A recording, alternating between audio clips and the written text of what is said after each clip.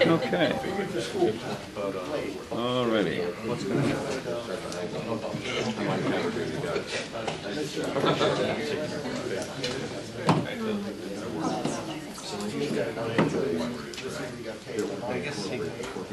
Okay.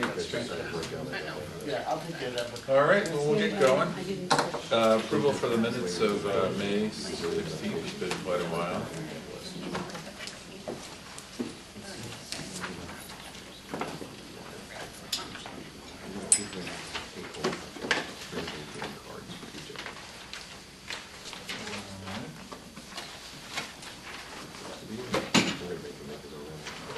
Seems like ancient history, but any comments, corrections, deletions?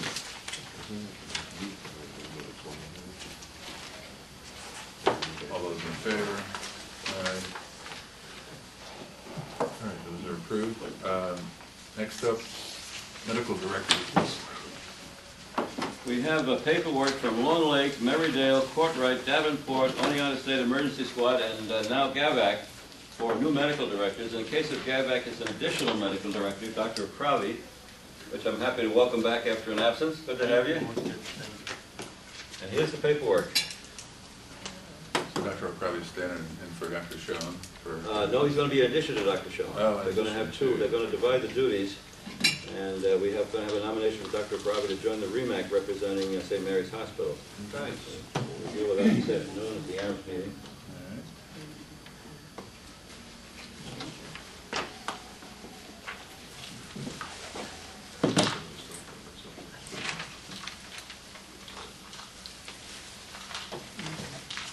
So the named individual physicians are Dr. Bitterman for Oneonta State. I think he's an internist, right? Anybody from Oneonta here? Nobody from Oneonta. Okay. Dr. Markowitz, we know him. Peter Saz now, we know him. Court, right? And I don't know. Tamika Archinod, I think. Was it Foxy, maybe? Yeah, these are a little bit old. And Dr.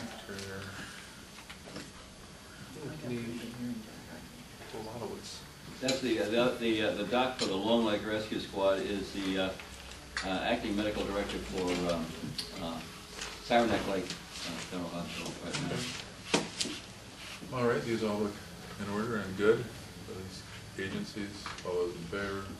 Aye. Okay. And next is just a piece of information. The Hageman Fire Department, DLS First Responder Agency, has submitted glucometer paperwork. We received it in August. It was unfortunately incomplete, and I advised them of that. I have not received the rest of the paperwork, so we'll just be waiting for that to present it to the REMAC. They have not gotten their CLIA waiver yet. They sent in for it, but the state hasn't sent it to them yet. Okay.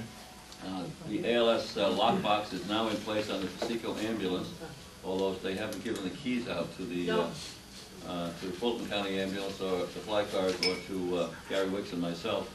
However, at least the lockbox is in place. So and yes. It's not. It is at it's in my office. We have not put it in the rig yet. We are waiting to get the rig down there. Oh, the cardiac monitor you're talking, or? No, the drug box. Oh, really? Oh, okay. But it sits in my office. All right. I'm glad for the updating that. I was told. And they were supposed to have their new monitor the end of last month, and they still have not. But Wells did get theirs. Yeah, I knew Wells had theirs. The purpose of that was just to refresh folks' memories. The purpose of that was so that Pasico is a BLS ambulance. There'll be a locked cabinet with a med box and all the equipment that's needed for a fly car or for either Gary Wicks or myself from speculator to hop on board, as the case might be. And I thought that was in place already on the ambulance. I was given to understand it was. So, okay, little miscommunication. And then the ALS responders get a copy of the key? I'm sorry? You have multiple keys? There'll be multiple keys, yeah. There'll be each of there's two fly cars serving Southern Hamilton County. Each one will have a key. And Gary and I will have a key also in our personal possession. So if we get on board, if they're coming through with a multiple casualty, God forbid, we can hop on it. Won't have to transfer any equipment. I have letters here, copies of letters from Joe Farrell regarding clarification of primary operating territory for Milford and Cooperstown Fire Department Emergency Squad. I don't know if they're from Joe or if they're from Dan Clayton. Dan. Dan, could you just comment on it, Joe? Basically what's happening with the new interpretation of the 122B, basically a municipality is really only allowed to operate within their own municipality, even, and if they're doing a municipality outside of their own municipality, but it's on their operating certificate, they have to have an agreement with a written agreement between the two municipalities, intermunicipality agreement, even though the second municipality is already on their operating authority. If it's not in their operating and they don't have an agreement, they're going to be redoing the operating authorities, limiting it to just the general municipality, aka Milford. We're only allowed to do it to the town of Milford. Even though they may have had operating authority outside that, unless there's an intermunicipal agreement. That's what it boils down to. It's just cleaning up the law. Right, there's no food fight between the agencies. I'm sorry, Kenny. The agencies are agreeable to establish mutual aid. It's not mutual aid. If an agency like Milford had Milford in the next town over, even though it's on their operating certificate, the law requires, it's owned by the town of Milford, the law requires that they have an intermunicipal agreement with that second town. If they don't have that, or they don't submit it to us, we drop the second town from their operating authority. That we have to do. They can always sign the intermunicipal agreement, but once it's dropped, and they have to go through the whole process. So it's sort of a paper trail, really. For now, yes. Yeah. Once they drop it, though, it becomes an issue. If they respond? I have to check with Dan on that. That's something he's working on. I mean, if they're an ALS responder and they cross the line, does that get them in trouble if the paperwork isn't in order? Because it's covered by mutual aid. At that point, it would become mutual, you're being mutual aided into a different area. If it's no longer your district and you're being called, then you're being It's mutual mutual aid, aided. right. The problem is the way, when 122B was really researched, that's what they found. And basically the law requires that a municipality can only operate within their own municipal boundaries. There are any number of towns, cities, villages around the state that have other cities and municipalities on their operating authority. All they're being asked for is to send us an agreement between the two. And if you can or don't want to do that, then the second municipality is dropped off your operating authority. Yes, I have a question. I have an answer, I hope. Is there a requirement that the second town must have or should have operating authority in order to have an intermunicipal agreement? No. Well, yes and no. If anywhere, there's lots of places in the state where the town of East Elbow has, as part of their operating territory, and has had part of their operating territory forever, the town of East Elbow and Left Ankle. But the issue is now they're being asked to have an agreement between Left Ankle and East Elbow to provide service. If they don't do that, Left Ankle goes away, and they have to find their own. It's not really necessarily an intermunicipal agreement, and the second agency doesn't have to have, the second municipality doesn't have to have operating authority because it's on the original operating authority from East Elbow. Well, I think what he was asking was, does Left Ankle have to have their own operating authority for that territory to enter into municipal agreement? No, because the original operating territory from the one agency included both municipalities, and that has been on forever. The way the new interpretation is that a municipality can only provide ambulance service to its own municipality unless it has an an agreement with the other town or village. This is for municipalities only? Municipalities, right? Okay, so you could have multiple different ambulance Oh, sure. services that It's cover only the for same township on a municipality. CON, but The it's town only of, municipality. the village of, the city of. That does, and any place there's lots of them in this state. Right. Where you have the city of, whatever, and has the other municipalities on their operating authority. the new interpretation of 122B is you're only allowed to do it unless you have an agreement to provide service. Another classic example would be a town and a village. That's in our region, at least one place I know, Cobblesville. Yeah. Cobblesville. It's a village ambulance now, the Village of Cobblesville Ambulance Service. But if you have a village, if you have an operating authority for the town of whatever, and totally within the town, in the village, the town, there is a village. Catskill is a perfect example. Town of Catskill has an ambulance service. There is a village within the town. Can they provide ambulance service to the village? The answer is yes. However, the village of Catskill must enter into an agreement with the town of Catskill to provide service. Are we having fun yet? So far as I know, this hasn't really negatively impacted any part of our region at this point. Not this one. No, at this point. There are other places which pushed this, where there were municipalities that didn't want a different agency covering their district, and that's what drove this. Is that there was a municipality that had other municipalities, and the other municipalities were like, we don't want you. So that's what drove this. Right. And quite frankly, it impacts a significant enough number of people that it has become quite an issue in certain areas of the state. Well, the point of having both entities having operating authority is that it preserves the options of both entities to enter in an agreement or to cancel that agreement and enter into an agreement with another provider. Right. But the issue that they're talking about is Town of Catskill is a perfect example. Town of Catskill has operating authority in Town of Catskill that covers the village of Catskill. If for some reason the village has a separate governing board, if the village said, we don't want you to cover us anymore, then the operating authority for the town of Catskill would be modified to eliminate the village of Catskill. The fact that they have an agreement, a written agreement between the two, that covers both agencies. So it can become quite complex, especially when you have two towns that don't get along. Exactly. They don't get It along. makes for interesting. Yes, I imagine it would, around the round table. All right, any other new business? We have Dr. Steve O'Croby with us, as I mentioned before, and he's most welcome. Nice to have him back. Dr. O'Croby is requesting permission to join the REMAC as a physician representing St. Mary's Hospital. And we also have Dr. Matt Krauthammer here. He's also from St. Mary's Hospital. As I understand, the acting medical director of the hospital. I got that right? Yep. I got it. Good. Very nice to have him also. Is it agreeable to our REMAC physicians that Dr. O'Croby come on board as a physician representing St. Mary's Hospital? Okay.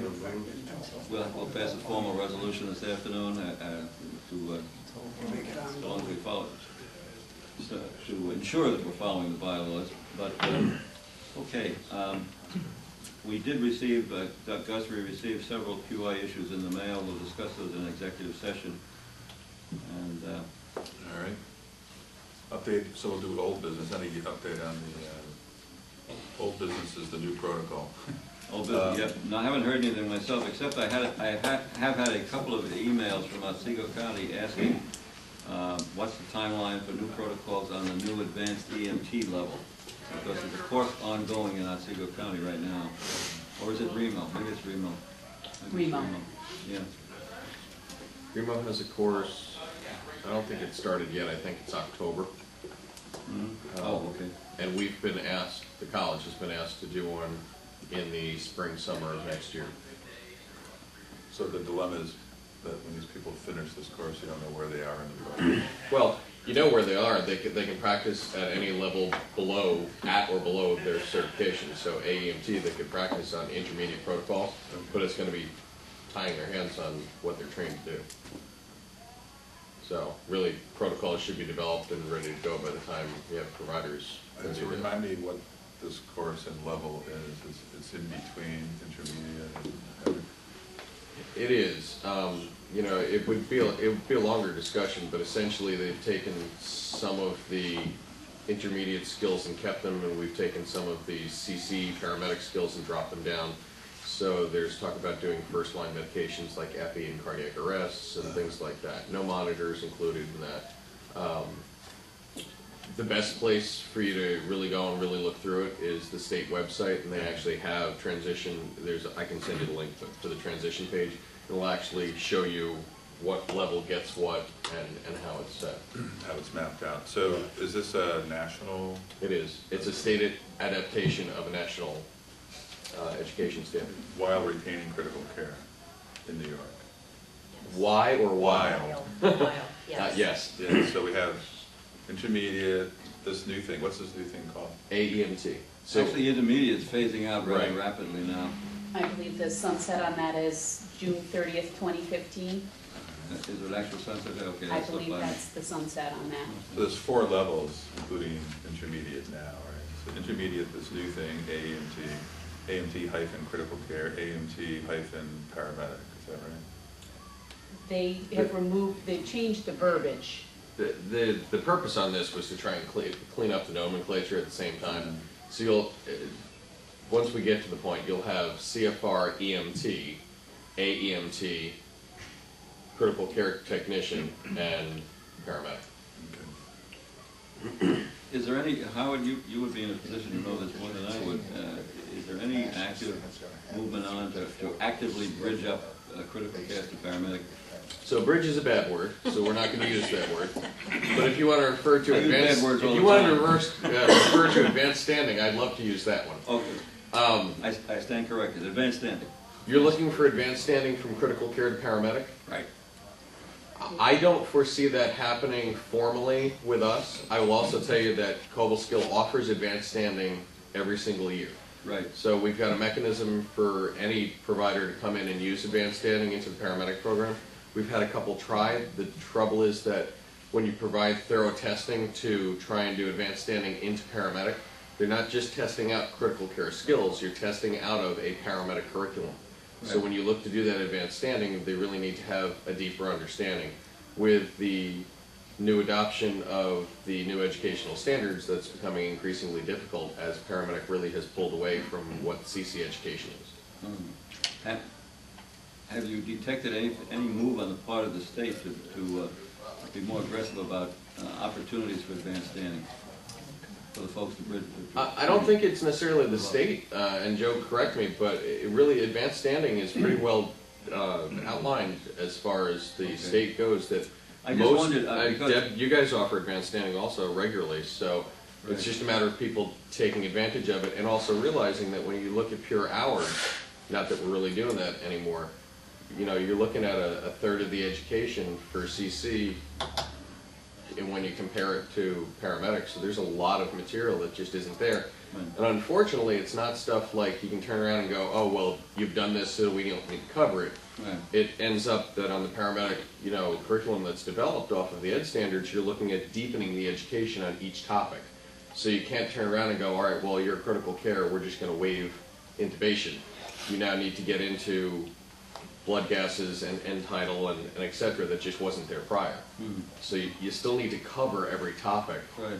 It's The only reason I brought it up is because New York is obviously, on the official level, certainly not on the local level, but on the official level is a little uncomfortable with critical care being there, and they would much rather have everybody who was critical care either become a paramedic or drop back to AEMT.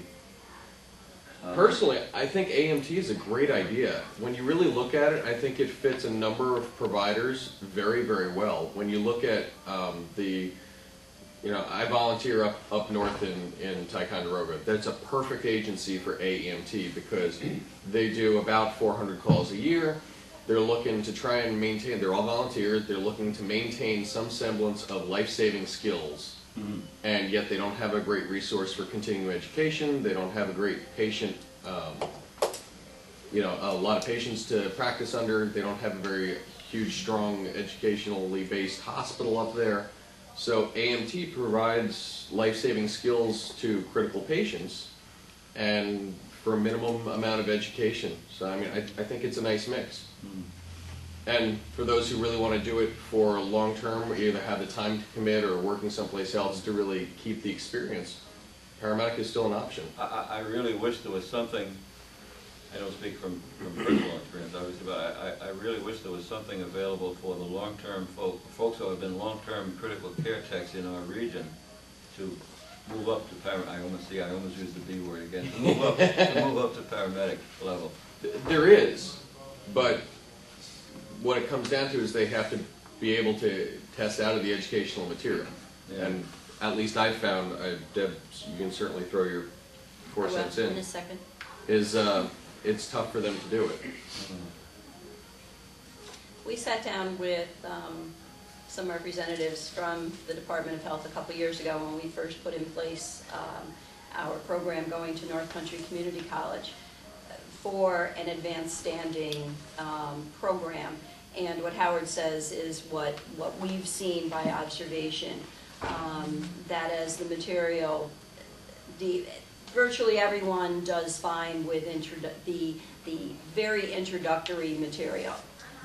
Once they start moving into choices in airway management, everyone passes intubation, that's not a problem, but the blood gases and the choices of other options for airway management, pharmacology, which is initially taught as mechanisms of action / classifications as opposed to just learning the medications. We see more and more students not having that information at the CC level, nor should they. I'm not condemning a CC course here.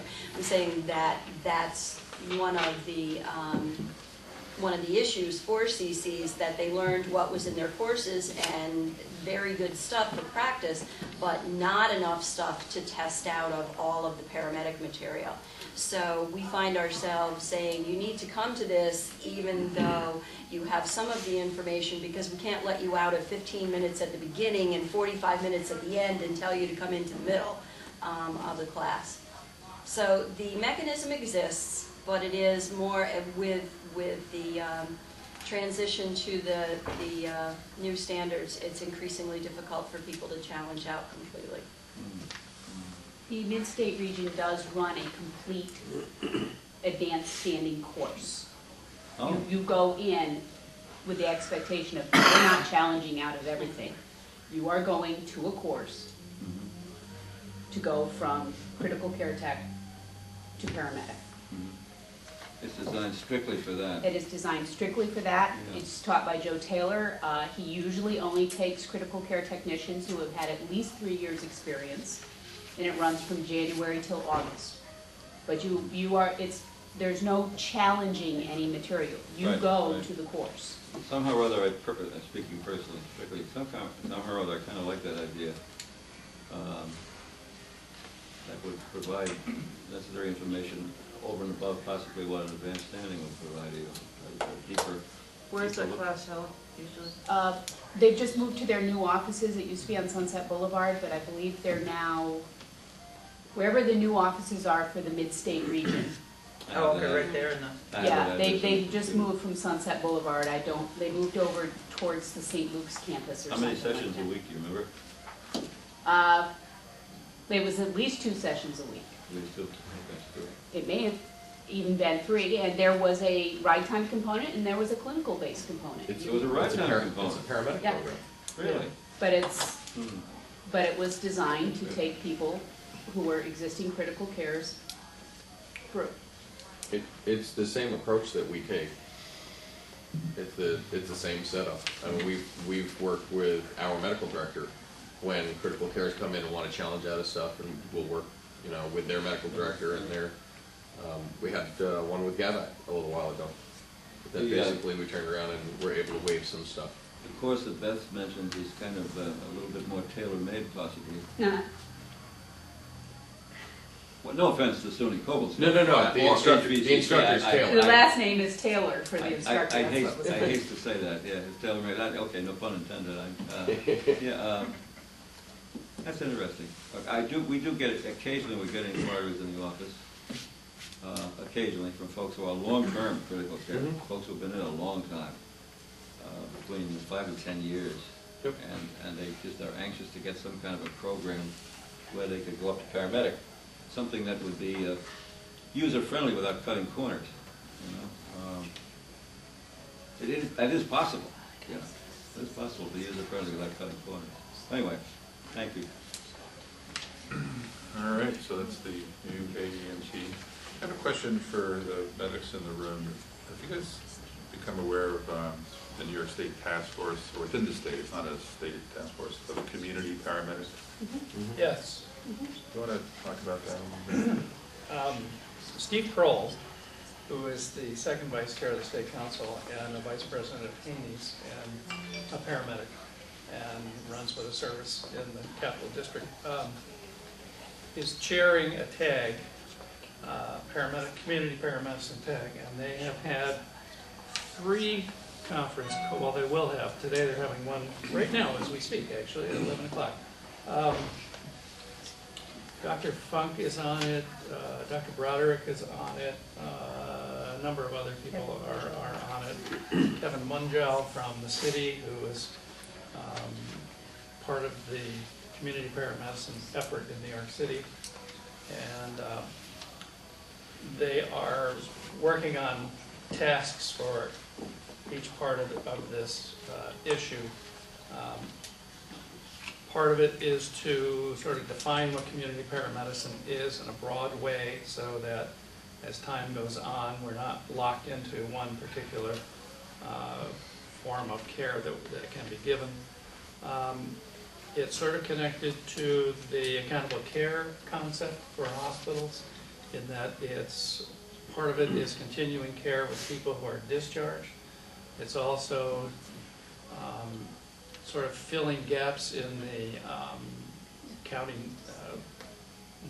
nurse situation, where you visit people and kind of try to intercept their disease process so that they don't end up in the hospital.